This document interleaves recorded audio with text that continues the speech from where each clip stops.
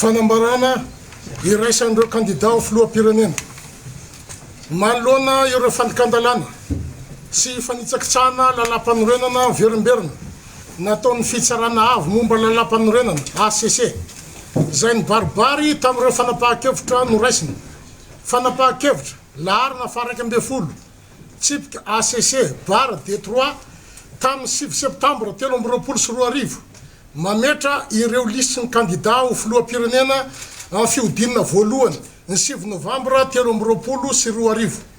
fanapahan-kevitra laharana fa 12 tsipika ACC bara D3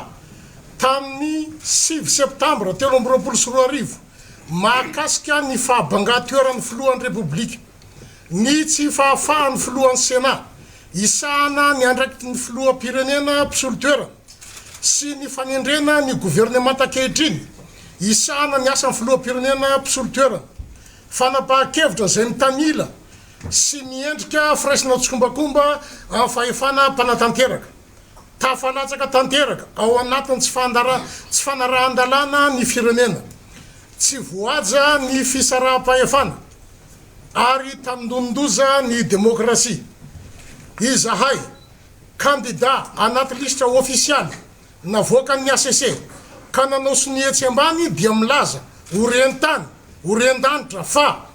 tsy ara-dalàna nanaken'ny ACC ny atotataratasy ny candidat vazaha Rajoel Andry Nirina ho ao anatin'ny listra ofisialy ny candidat ho filoham-pirenena fanonganam-panjakana nataon'ny fitsarana avo momba lalam-panorenana na ny ACC tsy ara-dalàna ny tantanany gouvernement ankehitriny ny firenena ary miteraka savorovoro amin'ny vahoaka sy ireo androm-panjakana hafa noho izany tsy matoky intsony ny ACC izahay satria tsy afaka iantoka ny tsy fitanilana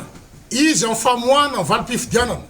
sy ny ho fitsarana ara-drarina ireo disadisa mety hisy momba fifidianana ary tsy anatrika ny fanasana zay ho ataony amin'ny 12 septambra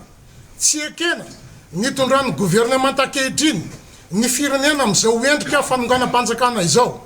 ny mpikambana ao anatin'ny gouvernement io raha teo efa mitanila hatram'izay ary milaza nkariary fa efa manohana candidat iray misavorovoro ny saim-bahoaka ary mandalo crise ny androm-panjakana sy ny firenena ankehitriny tsy misy fitonina ny fikarakarana ny zotra-pifidianana koa miantso ny hery-velona rehetra sy ny vahoaka mpiray-tanindrazana mba ho saro-piaro amin'ny fanajana lalàna sy ny fitandrona ny fiandriana pirenena miantso ny FFKM izahay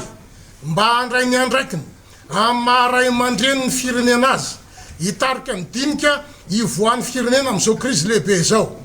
miantso ny iraisam-pirenena tsy iraitsy-kombakomba amin'izao fandikandalana izao ka handray ny fepetra tandrify azy natao teto Antananarivo fahatelo amby folo ny volana septambra taona 2024 Sony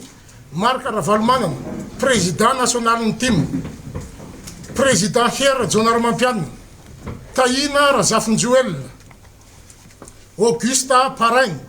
Ajo Andrenanarivelo sy teny Randrena Soloniaiko Jean-Jacques Ratsietson